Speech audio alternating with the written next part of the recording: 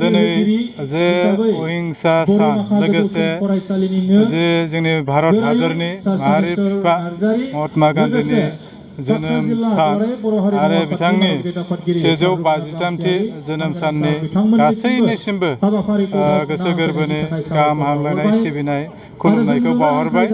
दिनै बाक्सा जिल्ला दुलाराय बर' फरायसा आफादा मिरु दुलाराय बर' फरायसा आफादनि बिथोन बायदियै दुलाराय बर' फरायसा आफादा फालिबोबाय थानाय बेखौ जिल्ला आफादाव फालिनो थाखाय बेखौ जोङो थि खालामनाय जादोंमोन बोरैमाखानि बे जावलिया दैयान बे फोथाराव। बेजों लोगोसे जोङो माखासे सावरायनाय हाबाफारि लादों आरो बे अहिंसा सानखौ जों बिनि थाखायनो फालियो जे जोंनि माहारिनि गेजेरावबो मोनसे समाव जोङो मिथिगौ जोंनि गावजों गावनि गेजेराव जे गोरोन्थि सानलायनाय हिंसा सानलायनाय आरो गावनि गेजेराव जे मोनसे जे खाना माने गेना गोरोन्थि सानलायनायनि गेजेरजोंनो जोंनि बर' माहारिया मोनसे समाव एसे फावसायफिननो गोनां जादोंमोन।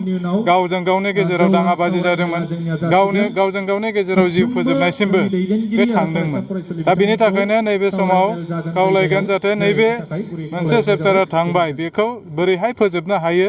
जोंनि माहारिनि बिफा महात्मा गान्धीनि आइडिय'लजिजों बिथाङा फोसावनानै होलांखानाय जे अहिंसा खान्थिजोंसो जोङो गुबुननि गोसो आरो जिखिनि साननाय हनाय बेखौ जोङो जै खालामनो हायो। आरो बे रोखा जादों जे भारतआ मोनसे समाव ब्रिटिशनि आमोलावमोन। ब्रिटिशआ सोरखौ सासन खालामदोंमोन बेखौ जोङो उदां खालामनो हादों होनबा महात्मा गान्धीनि दैदेननाय अहिंसा खान्थिजोंनो बेखौ जोङो उदां खालामनो हाबाय। दा जोङो उदां भारतनि बयबो नागरिक। नाथाय उदां भारतनि नागरिकब्लाबो जोंनि गेजेराव जोंनि माहारिनि गेजेराव आरो जोंनि समाजनि गेजेराव लोगोसे जोंनि न'खरावबो माब्लाबा हिंसायारि जाथाया जानो नागिरो। आरो बेखौ जोङो जेब्लासिम फोजोबनानै लाया अब्लानोसिम जोंनि हारियाव जोंनि न'खराव सान्थिया फैनाय नङा, गोजोना फैनाय नङा।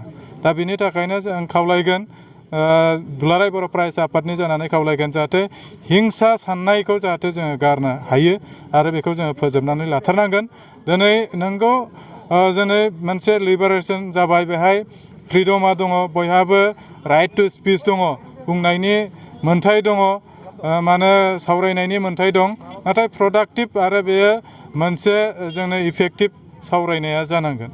जाहाथे नैबे सावरायनायनि गेजेरजों बा माबा मोनसे कमेन्ट होनायनि गेजेरजों फेसबुक वाट्सएप बायदि बायदिनि कमेन्ट होनायनि गेजेरजों दाङाबाजिया जाहाथे फैया। गावजों गावनि गेजेराव माने एना सानलायनाय गोरोन्थि सानलायनाया जाहाथे सोमजिया बेखौ जेब्लायबो नोजोर होनांगौ दङ। दिनै रोंबाय राबाय बयबो बाहायबाय, मबाइल बाहायबाय, बायदि बायदि बाहायबाय। नाथाय बे मबाइलनि गेजेरजोंनो बे जे रोंनायनि गेजेरावनो गावनि गेजेराव बे हिंसायारि जाथाय सोमजिहोनो नागिरनाया गोबां समाव जादों। मानो होनबा जोङो मिथिगौ आसामाव माखासे जाथाय जादों बिदिनो। मानो फेसबुकनि वाट्सएपनि गेजेरजों बे भुल फोसावनायनि गेजेरजों दाङाबाजि जानो नागिरनाय मात्र जोंनि बे आसामावल' नङा, सारा भारत सारा बिश्वआव बेफोरबायदि गोबां सोमजिहोनाय माखासे सुबुंफोर दङ। दा बिनिफ्राय जों जानगार जानो हानांगोन आरो बिथांमोनाबो जाहाथे बे गोसोनो बेबायदि जुदि गोसो साननाय दंब्ला बेखौ गारनानै अहिंसा खान्थिजों जोङो जिखिनि बुजायनो नागिरनाय बा जिखिनि फोरमायनो नागिरनाय बे गावनि जि मोन्थाय बुंनायनि मोन्थाय बेखौबो जाहाथे लाखियो।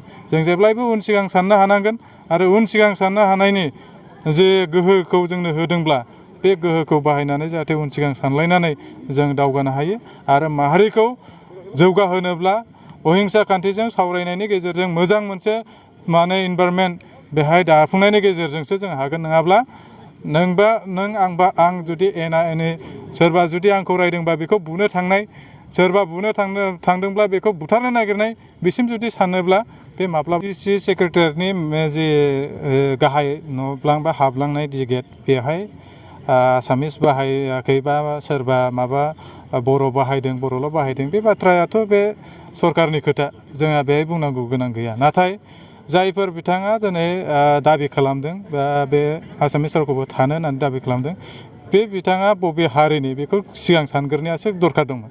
दा बेखौ जुदि नायोब्ला आसाम एसेमब्लिनि गेटआव गोबाव बोसोर जेराव नोङो जोंनि बर' रावा 90 सिडिउलाव हाबबाय, भारतनि संबिधानजों गनायथि जानाय, बे रावखौनो बाहायैया बेसे समसिम नांथाबनानै दंमोन। दिनै बाहायजाबाय आरो बेखौ दिनै गनायनो हायै माखासे मानसिफोरा बेबायदि कमेन्ट होनाया जोंनि थाखाय गनायथाव नङा आरो बे जोंनि थाखायथ' खोब माने दुखुनांथाव जागोन जोंनि हारिनि मानसियानो बेखौ जुदि बुंदोंब्ला जायनो गोनांथि जादों बे दाबि खालामनानै लानांगोन मानो होनबा बर'आ मोनफ्रोमबो मोनथायखौ दाबि खालामनानै मोनदों दा गुबुननो थाखाय दाबि खालामना होनाया जोंनि थाखाय एखेबारे लासिंसिं जादों आरो बेयो जोंनि थाखाय दुखुनांथाव बेखौ जोङो माने बाक्सा जिल्लानिफ्राय बे एबसुनिफ्राय बेखौ फोरमायनो नागिरो